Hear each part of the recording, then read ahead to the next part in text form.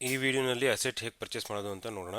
Asset purchase ಅಂತ ಅಂದರೆ ಯಾವುದೇ ಒಂದು ಐಟಮ್ನ ನಾವು ಖರೀದಿ ಮಾಡಿರ್ತೀವಿ, ಅದನ್ನು ಅಸೆಟ್ ಆಗಿ ಹೇಗೆ ಫಾರ್ಮ್ ಮಾಡಬೇಕು ಅಂತ ಹೇಳ್ಬಿಟ್ಟು, ಅಂದರೆ ಖರ್ಚು ಎಲ್ಲಿಗೆ ಹಾಕಬೇಕು ಅಂತ ಅನ್ನೋದು ಒಂದು ಡೌಟ್ ಇದೆ. ಅದನ್ನು ಈ ವಿಡಿಯೋಲಿ ಕಂಪ್ಲೀಟಾಗಿ ನೋಡೋಣ.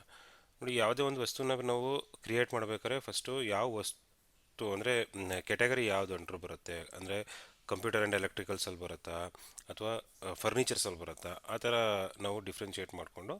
ಈಗ ಸಪೋಸು ಇಲ್ಲಿ ಎಕ್ಸಾಂಪಲ್ ನಾನು ಸಿ ಕ್ಯಾಮ್ರಾ ತೊಗೊಂಡಿದ್ದೀನಿ. ಸಿ ಕ್ಯಾಮ್ರಾ ಪರ್ಚೇಸ್ ನಾವು ಅಸೆಟ್ ಹೇಗೆ ಕ್ರಿಯೇಟ್ ಮಾಡಬೇಕು ಅಂತ ಅಂದರೆ, ಅದು ಒಂದು computer and electricals under category ಬರುವಂಥದ್ದು. ಸೊ ಅದಕ್ಕೋಸ್ಕರ ಫಸ್ಟು ನಾವೇನು ಮಾಡಬೇಕು, ಐಟಮ್ ಮಾಸ್ಟರ್ ಕ್ರಿಯೇಟ್ ಮಾಡಬೇಕು, ಅದಾದಮೇಲೆ ವೆಂಡರ್ ಮಾಸ್ಟರ್ ಕ್ರಿಯೇಟ್ ಮಾಡಬೇಕು, ಅದಾದ ನಂತರ ಪರ್ಚೇಸ್ ಅಸೆಟಲ್ಲಿ ಹೋಗಿ ಪರ್ಚೇಸ್ ವೋಚರ್ನ ಕ್ರಿಯೇಟ್ ಮಾಡಬೇಕಾಗುತ್ತೆ.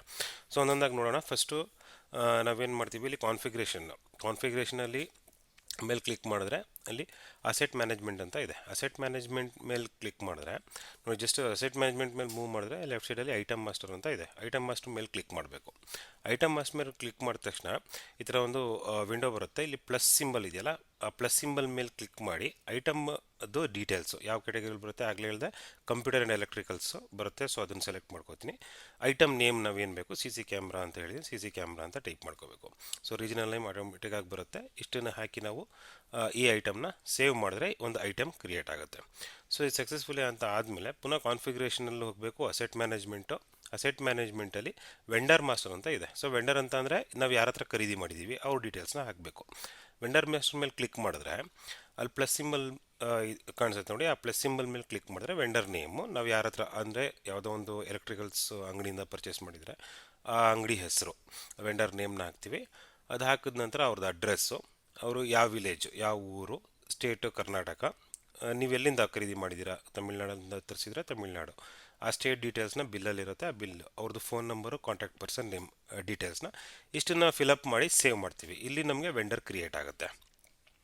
ಈ ವೆಂಡರ್ ಕ್ರಿಯೇಟ್ ಆಗಿದ ನಂತರ ನಾವು ಮಾಡ್ಯೂಲಲ್ಲಿ ಹೋಗಿ ಪರ್ಚೇಸ್ ಮಾಡಬೇಕು. ಈ ಥರ ಡೇಟಾ ಸೇವ್ಡ್ ಸಕ್ಸಸ್ಫುಲಿ ಅಂತ ಅಂದಮೇಲೆ ಜಸ್ಟ್ ಹೋಮ್ ಬಟನ್ ಮೇಲೆ ಕ್ಲಿಕ್ ಮಾಡಿ ಮಾಡ್ಯೂಲ್ಸ್ ಕಾಣಿಸುತ್ತೆ. ಮಾಡ್ಯೂಲ್ಸಲ್ಲಿ ಅಸೆಟ್ಸ್ ಅಂತ ಇದೆಯಲ್ಲ, ಅಸೆಟ್ಸ್ ಮೇಲೆ ಕ್ಲಿಕ್ ಮಾಡಿದ್ರೆ ಅಲ್ಲಿ ಪರ್ಚೇಸ್ ಅಸೆಟ್ ಅಂತ ಮೊದಲನೇ ಆಪ್ಷನ್ ಇದೆ. ಸೊ ಪರ್ಚೇಸ್ ಅಸೆಟ್ ಮೇಲೆ ಕ್ಲಿಕ್ ಮಾಡಿದ್ರೆ ನಮಗೆ ಈ ಥರ ಒಂದು ವಿಂಡೋ ಬರುತ್ತೆ. ಈ ವಿಂಡೋಲಿ ನಾವು ಫಸ್ಟು ಪರ್ಚೇಸ್ ಆರ್ಡರ್ ನಂಬರ್ ಅಂದರೆ ಬಿಲ್ ನಂಬರ್ ಹಾಕ್ಬೋದು. ಬಿಲ್ ನಂಬರ್ ಹಾಕಿ ಬಿಲ್ ನಂಬರ್ ಹಾಕಿದ ತಕ್ಷಣ ವೆಂಡರ್ ನೇಮು ಆಲ್ರೆಡಿ ನಾವು ಅಲ್ಲಿ ಏನು ವೆಂಡರ್ ಕ್ರಿಯೇಟ್ ಮಾಡಿರ್ತೀವೋ ಅದು ಇಲ್ಲಿ ನಮಗೆ ಡ್ರಾಪ್ ಡೌನಲ್ಲಿ ತೋರಿಸ್ತಾ ಇರುತ್ತೆ. ಆ drop ಡೌನಲ್ಲಿ select ಮಾಡ್ಕೊಳ್ಳೋಂಥದ್ದು.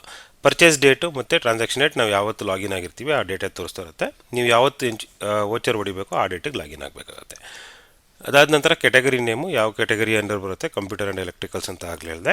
Next item name ನಾವು ಸಿ ಕ್ಯಾಮ್ರಾ ಅಂತ ಆಲ್ರೆಡಿ ಅಲ್ಲಿ ಐಟಮ್ ಕ್ರಿಯೇಟ್ ಮಾಡಿರೋದ್ರಿಂದ ಇಲ್ಲಿ ಮುಂದೆ ತೋರಿಸುತ್ತೆ, ಇಲ್ಲಾಂದರೆ ಬರೋಲ್ಲ. ಸೊ ಅದಕ್ಕೆ ಫಸ್ಟ್ ಐಟಮ್ ಕ್ರಿಯೇಟ್ ಮಾಡ್ಕೋಬೇಕು.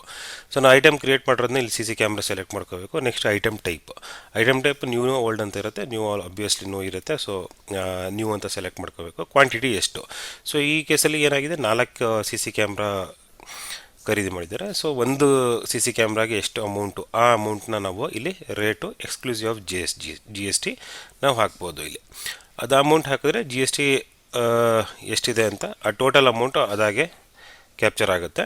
ಸೊ ಡೇಟ್ ಆಫ್ ರಿಸಿಪ್ಟ್ ಬಂದು ಯಾವತ್ತಿರುತ್ತೆ ಅದನ್ನು ಮೆನ್ಷನ್ ಮಾಡಿ ಕ್ಯಾಶ್ ಟ್ರಾನ್ಸ್ಫರ್ ಅಂತ ಸೆಲೆಕ್ಟ್ ಮಾಡಿಕೊಂಡು ನಾವು ಕ್ಯಾಶ್ ಇದ್ದರೆ ಕ್ಯಾಶ್ನ, ಟ್ರಾನ್ಸ್ಫರ್ ಇದ್ದರೆ ಅಥವಾ ಚೆಕ್ಕಿನ ಮುಖಾಂತರ ಅಥವಾ ಕರೆಂಟ್ ಅಕೌಂಟ್ ಮುಖಾಂತರ ನಾವೇನಾದರೂ ಅದನ್ನು ಪರ್ಚೇಸ್ ಮಾಡಿದರೆ ನಾವು ಟ್ರಾನ್ಸ್ಫರ್ ಅಂತ ತಗೊಂಡು ವೋಚರ್ನ ಕ್ರಿಯೇಟ್ ಮಾಡ್ತೀವಿ. ಸೊ ಇಲ್ಲಿಗೆ ನಮ್ಮದು ಅಸೆಟ್ಟು ಪರ್ಚೇಸ್ ಆಗುತ್ತೆ.